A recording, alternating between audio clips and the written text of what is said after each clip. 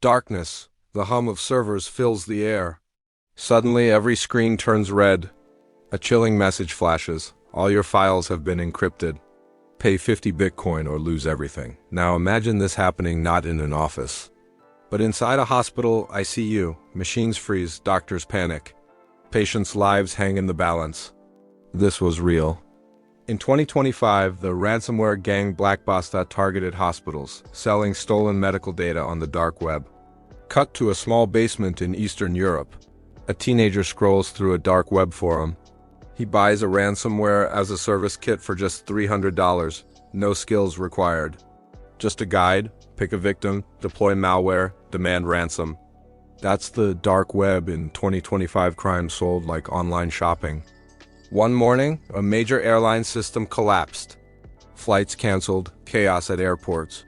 Hackers demanded $20 million in Monero. On dark forums, they even posted passengers' passport scans as proof. Ransomware is no longer a prank. It's a billion-dollar industry. Even small businesses are victims. A bakery owner logs in his recipes, payroll, everything locked. The ransom note demands $10,000. He calls police, they can't help. Within weeks, the bakery shuts down forever. Thousands of small stories like this never make headlines. Hackers today operate like corporations. Groups like Lockbit, Black Cat, and SailOp have HR teams, PR announcements, even customer support chats for negotiating ransom. One victim said, "They gave me a discount like I was buying shoes online." The scariest attack? A water treatment plant in Florida. Hackers remotely tried to poison the water supply. The malware used? Bought on the dark web for just $200. A few clicks could have killed thousands. Forums run like marketplaces. Corporate access, $5,000. Custom malware, $800. Ransomware kit, $400 with free updates. Buyers even leave reviews. Fast and reliable. Got caught but worth it. It feels like eBay but for destruction. 2025 also introduced AI-powered ransomware. Hackers use AI to scan stolen data, blackmailing victims with personal secrets. One UK CEO didn't pay to save his company, he paid to hide scandals. The dark web has weaponized AI, governments fight back, but for every gang shut down, 2 more rise. Revel was destroyed in 2022. By 2025, ex-members reappeared as Black Phoenix. The cycle never ends. Victims tell chilling stories. A hospital. We had to choose between paying hackers or losing patients. A school in France lost months of student records. A Canadian police department admitted, "We couldn't take emergency calls for 2 days." Ransomware is no longer just about money, it's about lives. And the cruelest twist? Even after paying, data isn't always returned.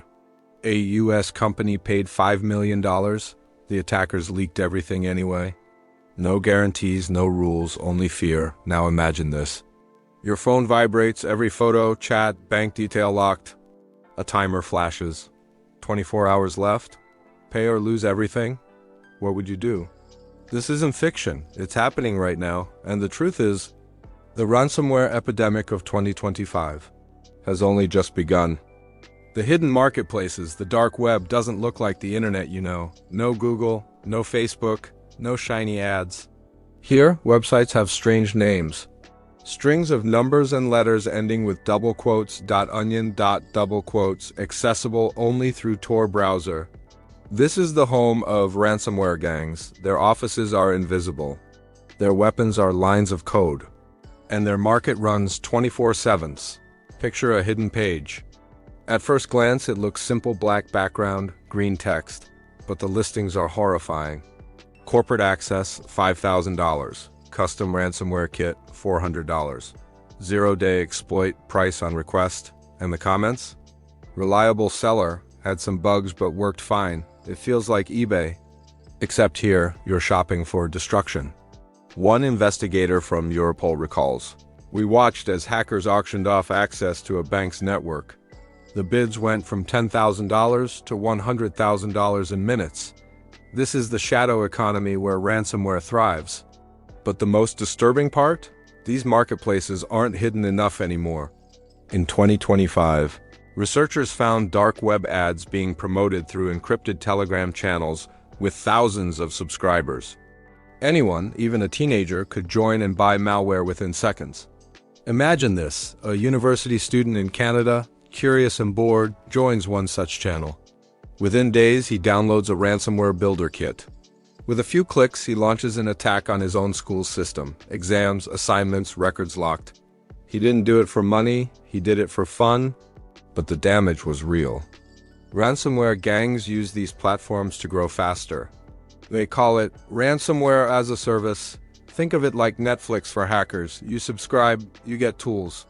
The original developers take a cut from every ransom paid. Lockbit, Black Cat, and others turned this into a billion-dollar franchise. One police report stated, "These gangs operate more efficiently than most legal startups." In 2025, one of the most infamous marketplaces was shut down. Authorities celebrated headlines screamed, "Dark web forum, Brecht forums taken down." But within weeks, another one popped up. New name, new design, same sellers. The cycle is endless. One chilling listing read, "Access to European hospital network, $50,000, and yes, someone bought it." Weeks later, the hospital suffered a ransomware attack. Surgeries delayed, ambulances diverted, patients' records posted online. For the attackers, it was just another deal closed. For the victims, it was life and death. Another case shook Asia. Hackers auctioned data from a government portal. Names, addresses, tax records of millions of citizens. Starting bid, $20,000 in Bitcoin. When the news broke, panic spread like wildfire. People realized your most private details could already be on sale. And inside these forums, ransomware gangs don't hide who they are. They brand themselves with logos, slogans, even websites. One group's slogan read, "We don't steal. We liberate data, pay, or face the truth." Another called themselves digital Robin Hoods. But the reality is, they don't give to the poor. They take from everyone. Investigators describe the frustration. You shut one site down, they clone it in days. It's like trying to kill a ghost. Meanwhile, victims keep paying. Because sometimes paying feels like the only way out. And here's the trap. Every payment encourages the cycle. Every Bitcoin transferred fuels another attack. And the gangs celebrate on forums, posting screenshots of millions earned. In one leak, hackers bragged, "We made $90 million last year." Faster than any startup. Now imagine this marketplace as a digital bazaar. But instead of food stalls, you see stalls selling chaos. One stall offers ransomware tools. Another offers stolen medical records. Another, access to power grids. And all of it, just a few clicks away. This is the true face of the dark web in 2025. Not mystery, not fantasy, but cold, organized business. And ransomware gangs? They are its biggest players. The ransom note, imagine this. You wake up, turn on your computer, and the screen goes black. Then a message appears in red letters. Your files are encrypted. Pay $1 million in Bitcoin within 7 days. Fail, and your data will be leaked. This is the modern ransom note. Cold, direct, terrifying. One CEO described the moment. "I felt the blood drain from my face. Decades of work, customer records, financial data all locked away. It's not just a message. It's a digital gun to the head." In 2025, ransomware gangs have perfected this psychological warfare. They don't just encrypt files. They threaten to leak them. Doctor's notes, bank accounts, personal photos. Everything you ever thought was private. And they don't stop there. Some gangs even call victims directly. Imagine getting a call from a stranger who says, "We know your system. We know your family. Pay now." The fear isn't just technical, it's human. One real case, a hospital in Germany. Hackers locked critical systems. Ambulances had to be diverted. One patient didn't survive. For investigators, it was clear. This wasn't just cybercrime. This was digital murder. Another story, a small business in Texas. Family-run, 20 employees. One morning, every invoice, every customer file encrypted. The ransom? $250,000. For them, impossible. Within days, their client list was dumped online. Competitors swooped in. The family business collapsed. The hackers didn't care. To them, it was just another payday. This is how ransomware gangs work. They exploit fear. They know most victims will pay. Why? Because downtime costs more than ransom. Because humiliation feels worse than money lost. In 2025, one gang introduced something darker: countdown timers. The ransom note included a ticking clock. Every hour, the price increased. Psychologists say this tactic mirrors hostage negotiations. Except here, the hostage is your entire digital life. Another chilling development: name and shame websites. Gangs run their own blogs on the dark web. They post names of companies that refuse to pay. They leak samples of stolen data as proof. It's a public execution, digital style. One Fortune 500 company found its private employee salaries posted online. The shame forced them to pay millions quietly. One investigator explained, "These ransom notes are not just software. They are psychological weapons, written by experts in fear, and the notes evolve. Some are professional, like corporate emails. Others are taunting, filled with mockery. One ransom note read, 'Your security is trash. Pay us or the world sees it too,' and then there's the human cost. Employees who click the wrong link often blame themselves. Some lose jobs. Some fall into depression. One IT admin in France said, 'I wanted to disappear. One click and I ruined my company.' The real victims are not just businesses, it's people." Now, in 2025, ransom notes are more personal. Hackers research their targets before striking. They mention the CEO's name. They include internal documents as proof. Imagine reading a ransom note that begins with, "Hello John, we know your children go to St. Mary's School. That's not just hacking, that's terror." And here's the darkest twist. Even when victims pay, there's no guarantee. One university in the UK paid $3 million. The hackers took the money, then leaked the data anyway. Trusting criminals has consequences. A cybersecurity expert summed it up. These notes are the new weapons of war, invisible, but devastating, and every note leaves scars. Not on the machines, but on the people who open them. This is the evolution of ransomware in 2025. No longer faceless code, but voices, messages, threats reaching directly into the human psyche. The ransom note has become a symbol, not just of theft, but of control. And the gangs? They know one thing for sure. Fear always pays. Follow the money. A dark wallet address appears on screen like a bleeding fingerprint. Number scroll, 0.745 BTC, 1.2 BTC, then a sudden large transfer. Every ransom begins with this quiet line of code. The moment fear turns into currency. Ransomware is profitable because money can move fast. Victims send cryptocurrency to a wallet controlled by the attackers. That transfer looks anonymous at first glance, but blockchains are public ledgers, every movement recorded for anyone to see. The criminal's job is to turn those traceable coins into usable cash without leaving a clear trail. The favorite trick has always been the mixer, a service that blends many users' coins together, then returns different coins to different addresses. Mixers try to break the chain between where the money came from and where it goes. For years, tumblers operated openly on the dark web. Some were later seized or sanctioned by authorities, but new ones keep appearing. Criminals layer transfers through multiple mixers, swap coins across chains, or convert Bitcoin into privacy coins to hide the trail. Privacy coins like Monero play a special role. Monero transactions are designed to be private by default, amounts, senders, and receivers obfuscated. Ransoms converted into Monero become much harder for investigators to follow. So attackers often route payments, Bitcoin in, Monero out, then peer-to-peer trades into local currency. But every laundering method has weaknesses. Blockchains are transparent.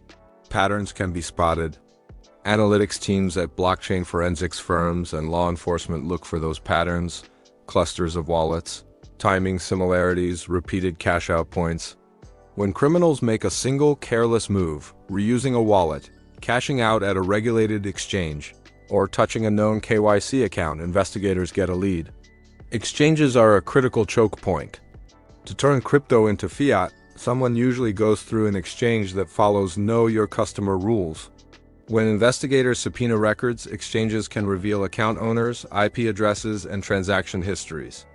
That's why many criminal groups prefer unregulated or offshore venues or peer-to-peer networks that mask identities. But even peer-to-peer has risks. Reputation matters and traders can be monitored or later identified. A new trick emerged: over-the-counter brokers and cash-out windows. Rather than use an exchange, criminals find brokers willing to accept crypto and pay out cash through informal networks. These brokers take a cut, move money through multiple jurisdictions, and hand off cash in small amounts to avoid attention. It's slower and riskier than instant exchange, but it works until a broker is compromised or tracked down. Another method is using chain hopping, swapping Bitcoin for smaller coins, moving funds through several blockchains via bridges, then cashing out. Each bridge and swap adds friction, but also increases the number of systems investigators must analyze. Criminals hope the complexity creates noise and hides the original source. Even when funds are mixed successfully, patterns betray them. Forensics teams use cluster analysis to group addresses that behave similarly, then follow the flow to likely cash-out points. They overlay blockchain data with open-source intelligence, forum posts, leaked databases, travel logs, and exchange KYC requests. A single mistake by an operator, a reused email, a familiar IP, a withdrawal timed with a passport check, can connect a user to a real person. Some ransomware gangs built entire laundering services into their model. They promised affiliates clean cash-outs, an internal money movement service that would take a cut and return clean funds. Those services rely on a network of mule accounts, shell companies, and friendly brokers. But each new intermediary is a potential weak link. Undercover probes and money flow analysis have broken several of these networks. Law enforcement has learned to work the ledger from the other side.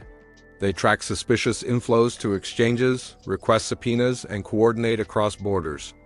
Joint international task forces combine blockchain expertise with traditional policing, bank records, telecom data, and physical surveillance. When analysts tie a cluster of addresses to a cash-out, investigators follow the paper trail, and arrests often follow. Still, criminals adapt. Some now favor cash-out via crypto ATMs, where an operator exchanges cash for crypto at a physical kiosk, or via gift card purchases and online marketplaces that accept crypto. Others use prepaid debit cards bought with crypto through third parties.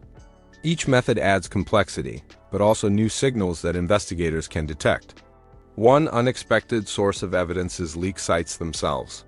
After double extortion, gangs post samples of stolen data to prove credibility. Those files sometimes contain metadata, timestamps, user IDs, or formatting traces that link to a particular victim or tool. Analysts can correlate data from leak sites with blockchain flows and access logs to narrow suspects. Private companies also fight back. Cybersecurity firms monitor wallets associated with known gangs, alert potential victims, and build profiles of caching behavior. They share indicators with law enforcement and with exchanges to freeze assets quickly.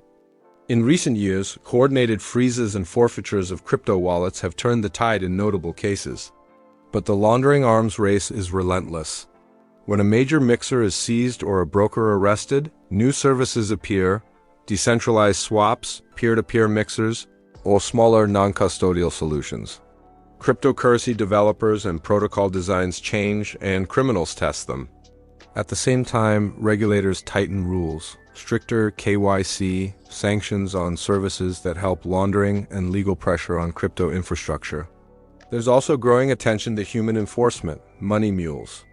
These are real people recruited online, often through deceptive job ads, who move illicit funds through their bank accounts in exchange for a fee. Investigators have targeted mule networks successfully, arresting recruiters and freezing accounts, proving that even the human layer can be dismantled.